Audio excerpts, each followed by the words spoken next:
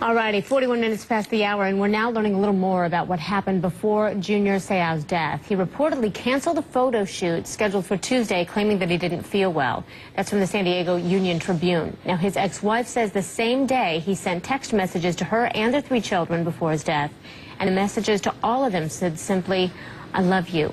Police say the legendary football player apparently shot himself yesterday. An autopsy is expected to be completed today, but police say they are treating his death as a suicide. Now, Junior Seau's death, a shock to so many people, obviously. A lot of us can't understand how a larger-than-life sports legend could apparently kill himself. So sports psychologist Rick Van Haveren is joining me now. Rick, thank you so much for being with us.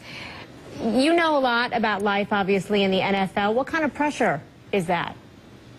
Well, there can be a tremendous amount of pressure, and for a lot of professional athletes, there's really a short window to their professional career.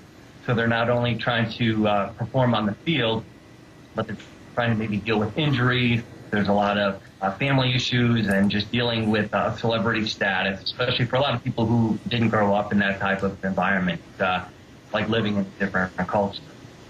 Well, not only that, but I know that a lot of these guys in the NFL, this is probably their dream. They've been working toward this for years. So once you go into retirement, you're going from playing in a stadium full of people who are cheering, you know, your name on pro fields to throwing a football around in your backyard. What kind of effect does that have on your psyche? Well, it can really have a significant effect for a lot of athletes. They've been competitive athletes really since day one, going into college and then going into the professional ranks. And so to be retired by maybe age 25 or 30 can leave a guy wondering what they're going to do at that point and how are they going to develop a new identity and just deal with being a regular person. And so that can bring on feelings of confusion and low self-esteem and just not really sure what direction to take their life. So what kind of support systems are there, or resources are there for them, you know, to figure that out and support their families afterwards?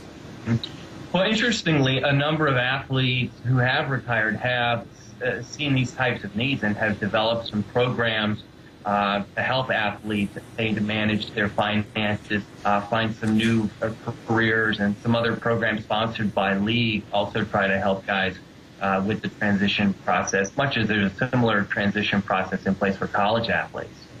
How soon, you know, I mean, we know 100 former pro football players now, this is news today, have signed their names to the roster of NFLers who are suing the NFL, saying, you know, concussions and some of the injuries that they suffered are contributing to some of the problems they're having now. How much merit do you put in that lawsuit? I think that's to be determined. Definitely, it's something worth exploring, and I think over time, as you're able to look at brain scans of athletes, we're going to get a better picture of really what happens. But unfortunately, that data is still in progress, so it's going to be worth exploring. But it's definitely something that needs to happen, and it's good that the issue is being addressed. But unfortunate that events like this highlight, you know, the possible effect of concussion. But what could possibly be done? I mean, they're wearing the helmets, they're playing the way they're playing. When you look at guys on the football field, do you look at them and think there's something else, some other protective measure that could be taken right now?